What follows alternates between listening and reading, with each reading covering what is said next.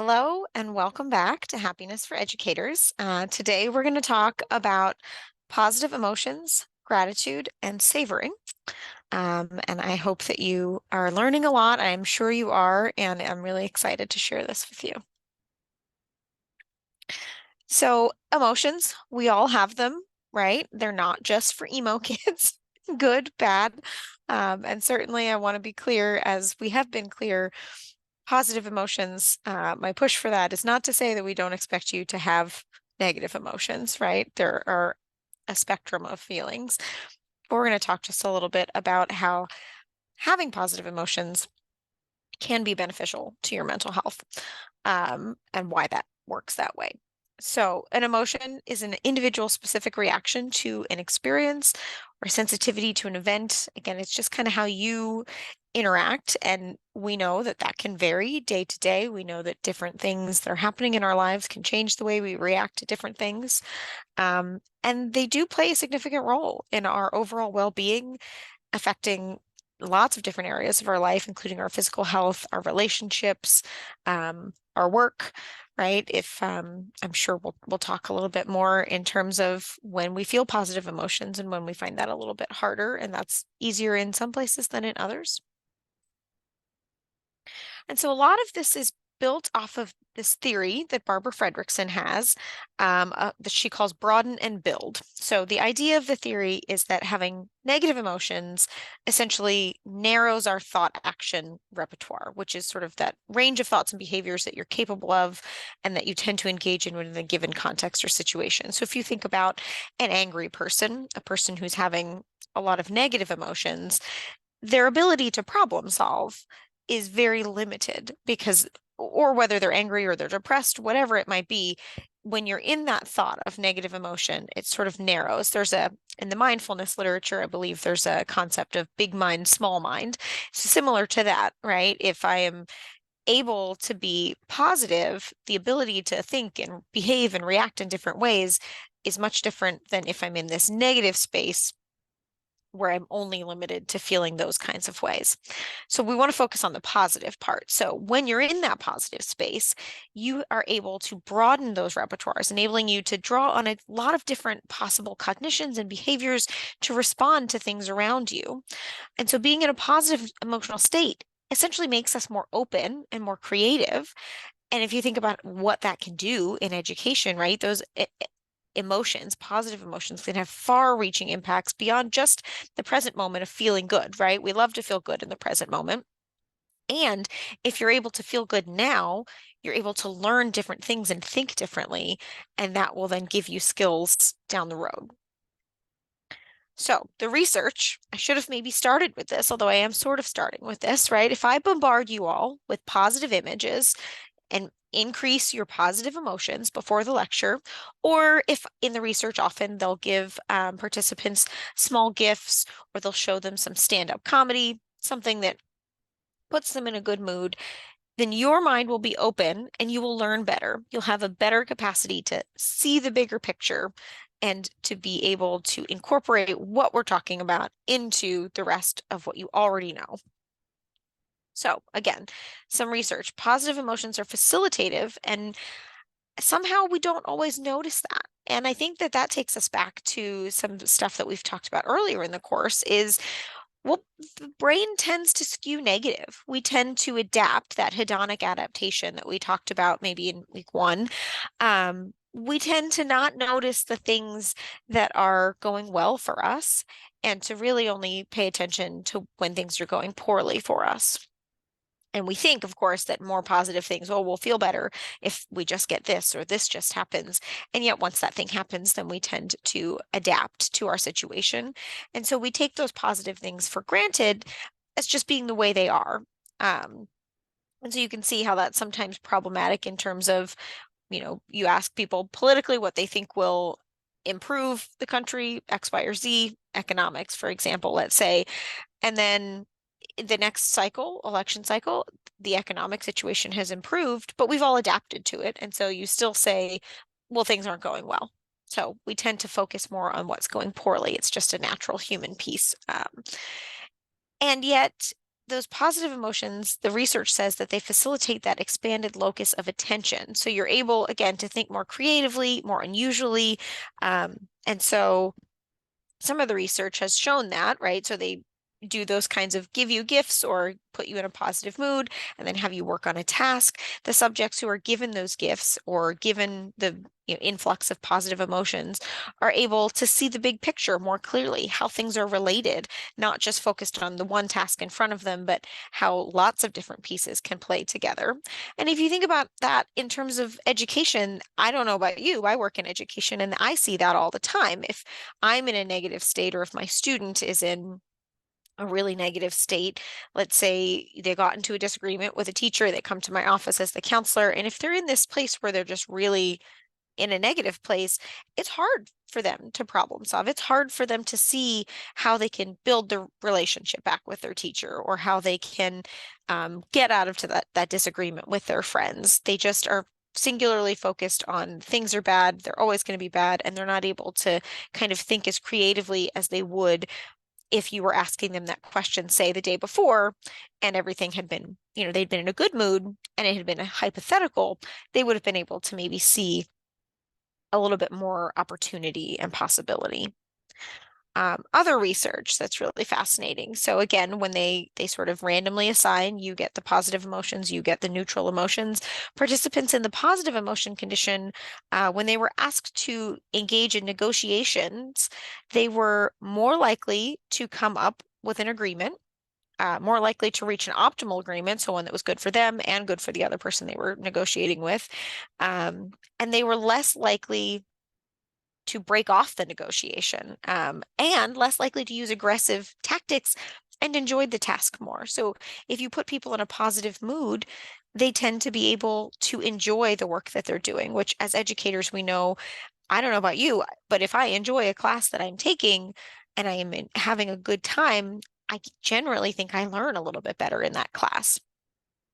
Positive affect can increase some parts of motivation, not all, but some parts, including intrinsic motivation. So again, people randomly assigned to positive situations versus neutral situations, more likely to choose a task that was interesting that wasn't paid over a boring one that was paid. So if I am neutral or in a negative emotional state, I will be more motivated by extrinsic things versus if I'm in a good mood, I'll be motivated by things that are intrinsically motivating, something that just is interesting to me. And then this one was really interesting, a study with physicians, again, randomly assigned to either be in a positive emotional state or a neutral state or a negative state.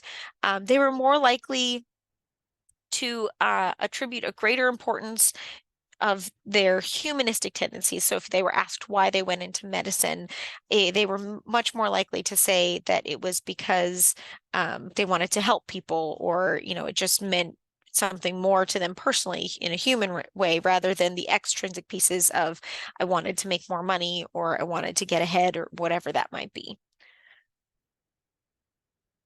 And then in terms of teaching, right? We're teachers, we're educators. Think about how you feel when you are enthusiastic. So they define teacher enthusiasm as a high association with effective, sorry, not defined, but we know what teacher enthusiasm is. The definition is below, sorry, the degree of enjoyment, excitement, and pleasure that teachers typically experience in your professional activities. Every day is different. I don't know about you. Some days I have a lot of enthusiasm for it, some days less so. But when I'm in that state of high enthusiasm, that high enthusiasm is associated with effective, high quality teaching. And I mean, again, that seems common sense, right? If I'm enjoying what I'm doing, I'm probably doing a pretty good job at it. They studied teachers in Croatia who were feeling undervalued, underpaid. Does that sound familiar to any of you? These were high school teachers, and they did a 6-month follow-up and found that they were given this positive and negative affect scale, which I believe is one of the measures that you all may have taken, and that they were given some evaluations about self-efficacy in teaching, job satisfaction, and enthusiasm in teaching. And the findings say that positive affect predicts teacher efficacy and job satisfactions, and all of those things would shape your teacher enthusiasm, right? And so I just think about how meaningful it is to find enjoyment in what we do. And again, I'm not saying that teaching is easy or that it's every day. It's going to be something I can be super excited and enthusiastic about. There are budget cuts, there are difficulties with coworkers, difficult student situations, difficult parent situations. Um, I'm not pretending that those things don't exist. They do. And I want us to sort of challenge ourselves to think about how we can bring more of that enthusiasm into our work so that we are able to have a more enjoyable workplace for ourselves as well as for our students.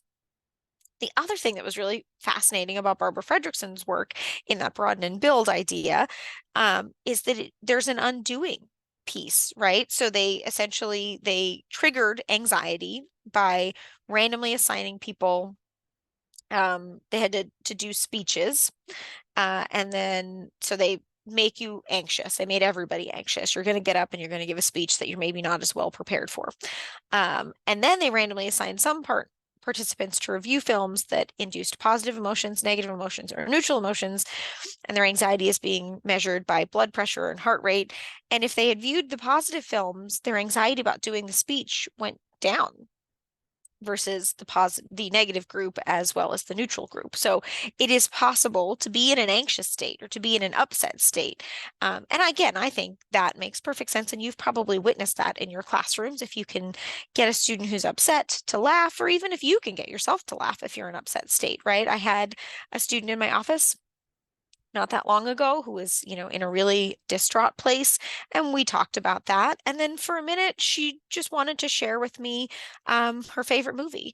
And so I let her pull up. It was Legends of the Guardians. It's a movie with owls. I don't know. And she shared it with me. And there were her fun, funny parts that she really wanted to share the fun things with me. And by the end of our time together, she was much more able to think about ways to affect her situation, right? She was in that space when she came into with me in a really negative space, not able to think about options for how she could control the pieces of her life that were within her control and things that maybe were not, how she could manage that a little bit better. She wasn't able to do that until she was in that positive state.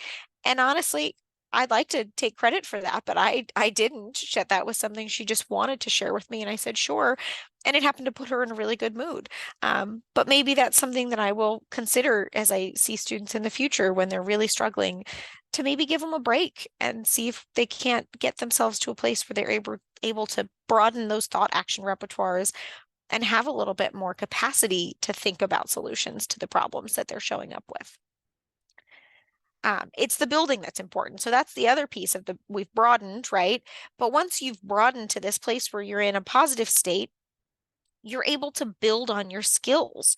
So those could be skills related to psychological skills, resilience, optimism, self-esteem, self-confidence, being able to see a problem and come up with a solution. Physical, being in a good mood keeps us motivated to be physically active. Intellectual, your curiosity is piqued, so maybe you learn more.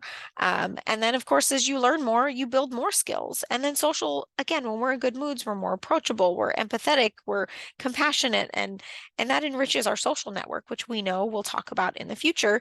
That social connection is huge when it comes to our well-being and our happiness. So if we were live in a class, I would have had you all read this and then get into discussion groups. But of course, we're not doing that. But I thought what we could do is if you could pause the video when I'm done talking, read this article, which will be posted in week 4. It's called Positive Emotions in Your Health. It's really short. And then think about it for the discussion board. Think about how your life and your job is set up or not set up to support this type of positive emotional growth. And, what are the challenges that you're encountering that make it difficult? There's a piece in the article about self-affirmation. And so I want you to think about how you can see yourself using that to foster student connection and how you could see that being utilized by your administration to foster connection within the teachers and the employees in your building and teacher retention. And then, of course, think of anything else you want to share about what we've said up to this point. So pause and then join me back when you've read that article. Well, welcome back.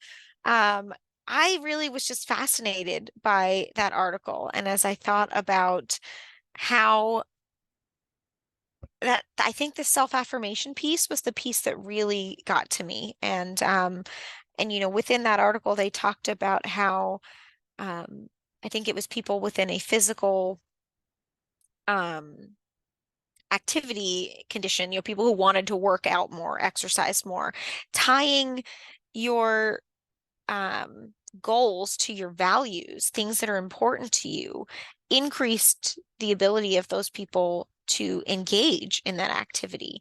And so when I think about that in terms of learning or education, trying to figure out the why, right? What is important? And I think if you're in MCPS, there is a piece in the teacher clarity that I don't know what the language is, but essentially it is that, right? Tying it to the why. Why should a student want to learn what you're about to teach them? And if you can get them to think about that before you teach them the concept, they'll be better able to learn it and better able to incorporate it into their lives. And I mean, certainly that's easier with some things than with others, right? It's sometimes hard. I'm not a math person. And as a person who works in counseling and sort of the human sciences, it's hard for me to think about like, well, how do I use math in my everyday life versus obviously if I worked as like an engineer, math would be a thing. If I was a student who was interested in engineering, I would be able to find my why for that really easily. And so vice versa, if you're a math student and you really don't care about the history piece, how can you help your students to find the why in what you're teaching and what they're learning? In order to build that. And then I mean, again, that self-affirmation with administration and thinking about our why as teachers, as educators, as professionals in this field. Why is it important to me? What values do I hold that take me back to my building? Why am I there? Why did I pick this career? What do I get out of it? Um, and so when I can ground myself in my why, I'm better able to engage in the work that I'm meant to do. So, how are some ways that you can increase your positive emotions? Well, one way is one of this week's practices that you can engage in, the active learning assignments. One way to do that is through gratitude. Studies show that practicing gratitude can increase your optimism, improve your life satisfaction, and increase our healthy patterns and exercise, which is fascinating to me. And why does it work? Well, Dr. Lubin-Yarsky, who we've watched in previous videos, says that gratitude works because it extends the savoring of our positive experiences, and savoring, which is the next one we'll talk about, increases and extends our happiness. It increases our self-worth, and that makes perfect sense to me because when I focus on what others have done for me, I feel valued, and feeling valued buffers me from negativity. I also think back to, I think the Three Good Things exercise, which we may have covered in a previous active learning assignment. Three Good Things by Martin Seligman. Every night before you go to bed, think of three good things. And the more important part about the three good things, when I introduce this, along with most gratitude exercises, when I introduce it to students, is to think not only about the good thing that happened to you or the good person, but what I did to get that good thing to happen. So my most recent example would be that I'm interviewing for faculty positions, and I had an in-person interview a few weeks ago, and I haven't heard back yet, so I'm still able to be gracious for this thing. I really liked the job, and I really hope I get it. But and when I think about having gratitude for that experience, it's not just luck. I mean, some of it is luck, right? But what did I do as a person to get to that place where I had the opportunity to teach a lesson or to give a research demonstration and to interview for this position? Well, I decided to come back to grad school and I worked really hard. I took classes that were difficult for me. I took jobs that were difficult as I learned the skills of teaching and counseling and supervision and all of these things. I had to work hard for that. And then I filled out an application and I had to ask people for letters of recommendation. When I think about the letters of recommendation that I had to ask for, I must have done good things. I have to be proud of the work that I've done in order to know that these people were willing to write me a letter of recommendation for that, right?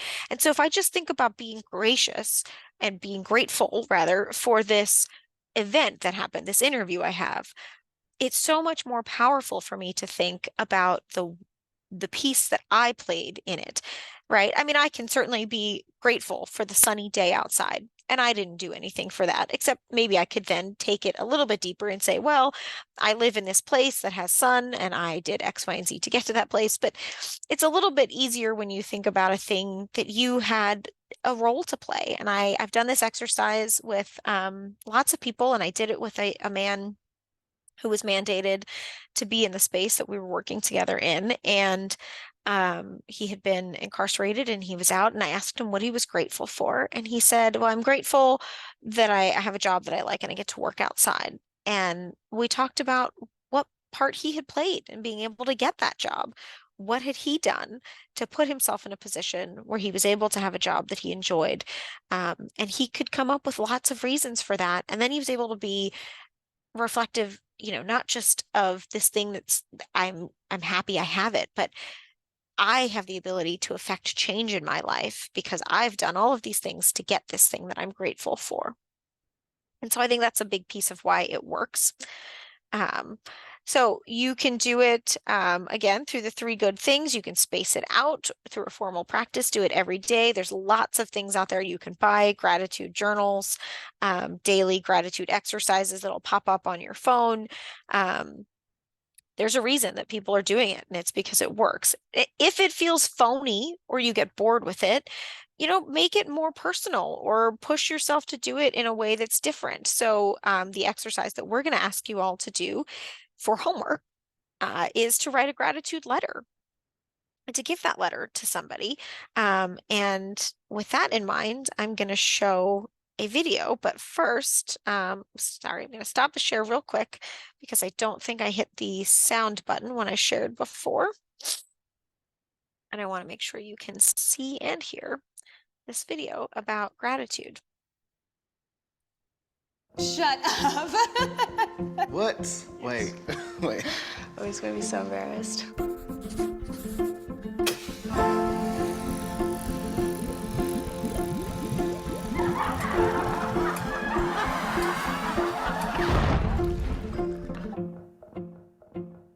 What makes you happy? Having fun? Hanging out with friends? Delicious food? Making money? Well, consider this. Psychologists have scientifically proven that one of the greatest contributing factors to overall happiness in your life is how much gratitude you show. Yeah?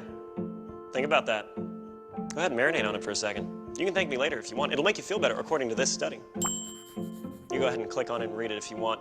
Or you can keep watching because we read it and we thought it might be fun to test out for ourselves. We gathered a selection of volunteers to act as our subjects. First, we gave them a test. They didn't know what we were looking for, but it gave us a pretty good idea of their current level of happiness. We asked them to close their eyes and think of somebody who was really influential in their life, somebody who did something really amazing or important for them. We had them write down as much as they could about why this person was so important. Now, a lot of them thought at this point the experiment was over until we really put them on the spot and tried to get them to call that person and read what they wrote about them. Thank you, Jessica. We're gonna have you call your mother. So who is that right person for you? Person is my sister, Erica. We're gonna give Erica a call. Okay. Who'd you end up picking? Friend of mine, Craig Ains. Her name is Dora. My college accounting instructor. Really? Is this somebody you're still in touch with today? No, I'm assuming that he's passed on. That's a to shame. the great beyond. You up for it? Yes. What would you say if we called up Dora? Oh, well, we can try, but she lives in Broaden. In Britain? I don't know number by heart, dude. This is awful. That's fine. I don't know my mom's number by heart. If it's true that those who are going on are looking down on us, maybe he read my chicken scratch. Hey, sweetheart. Hey, how you doing? Yeah. You got a second? Where you at, in the hotel? I am. I'm in the hotel. You scared me when you asked if I had a second if something's wrong. No, I'm on like this little TV show, and they told me to talk about the person that influenced me the most, and I picked you, and they're making me call. They're making me call you. Oh, wonderful. Hi, you've reached Craig. I'm not here right now. At the tone, please record your message. Oh, come on. Hello? Hi, Hi. Erica. It's me. All right, so I got to read you this paragraph. Can you hear me? Yes, I can. Go ahead, All right. sweetheart. All right. The person that influenced me the most would be my mother, Marlo Dawson. She is a single mother of 2. She is a very hard worker and dedicated to her family.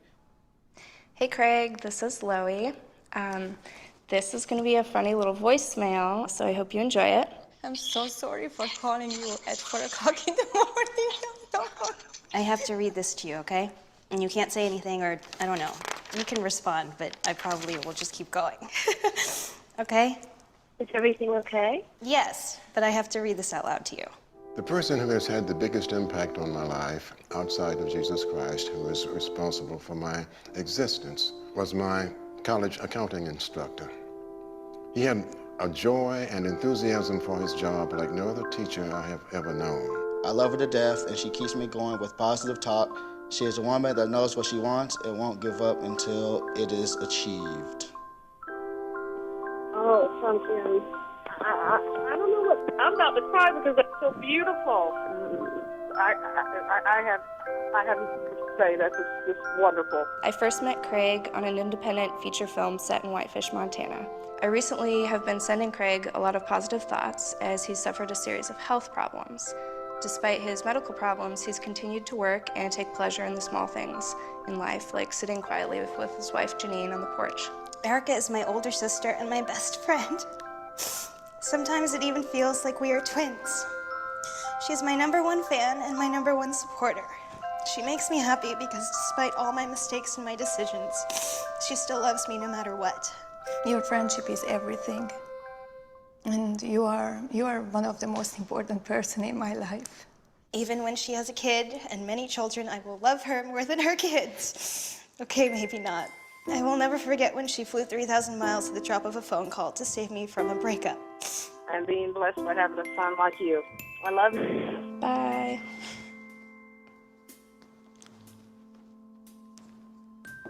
Why did you do that to me? I don't know because they made me do it. Thank you for picking up. Bye, sweetie. And then they're like, here, you're gonna write this letter. And then I wrote like this whole long ass letter, which, you know, I like don't write. And then all of a sudden they're like, hey, guess what? Now we're gonna call her and you're gonna read her this letter. And I was like, what the f?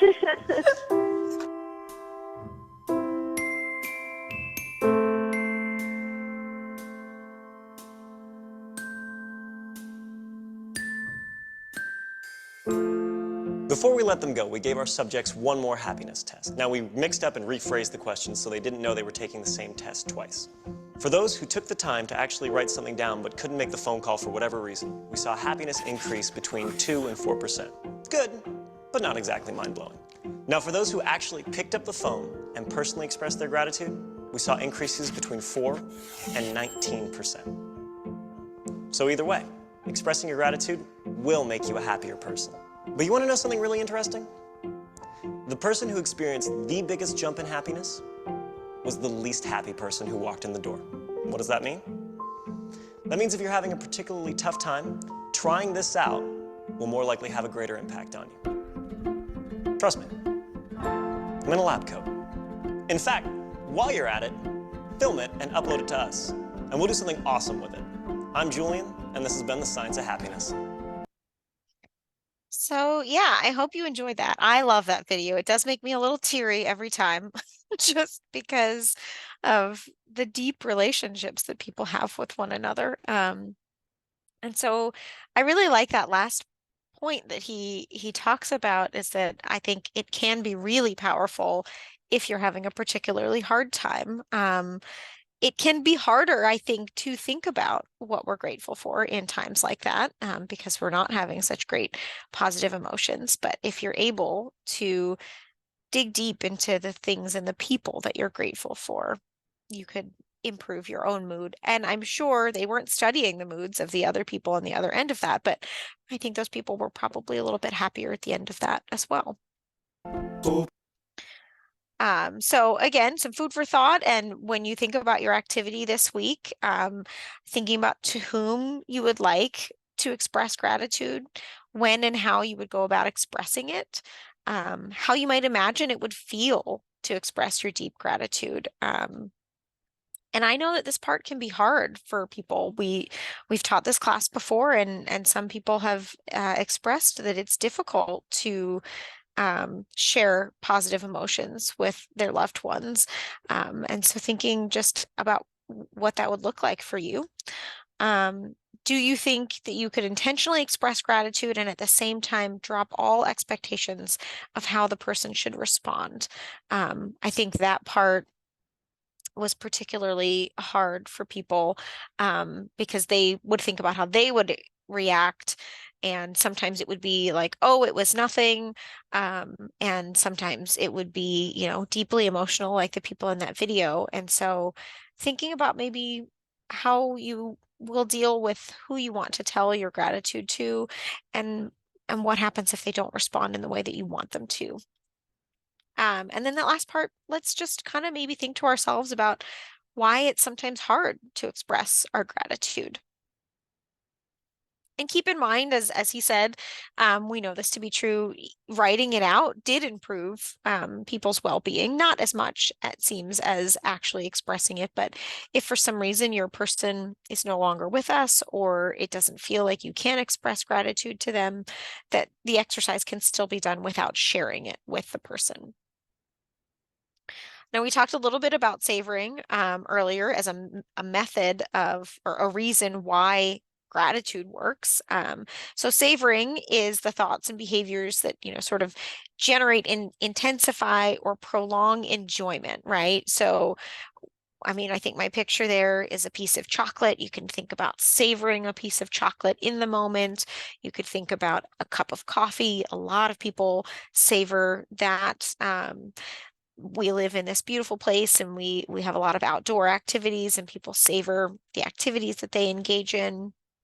So what does the research say about savoring? Well, the research says that adults with depression, they had them take a few minutes each day to relish something that they might usually rush through, whether that was shower, meal, or walk. That's kind of a present savoring right now. And then write out how they experienced the event differently and how that felt compared to when they sort of rushed through it. There was another study where were asked to savor 2 pleasurable experiences per day. Again, this is present savoring, and then reflecting 2 to 3 minutes each time, extending the positive feelings for as long as possible. And that doing those things increased their happiness and reduced depression. So again, I've sort of mentioned there are 3 kinds of savoring. So there's past savoring, present savoring, future savoring. Past savoring works really well in what we call mutual reminiscence. So savoring past events with family or friends can have lots of positive impacts. So your mood improves. It can also maybe just help you and your family and friends decide to plan for future fun things. If you're remembering, oh, that great trip we took, then you might think about the future, and then you get to engage in future savoring too. And then the chances of positive future experiences increases because you're thinking about how great this was and you're trying to make a plan. And we know that making plans helps us get to our goals.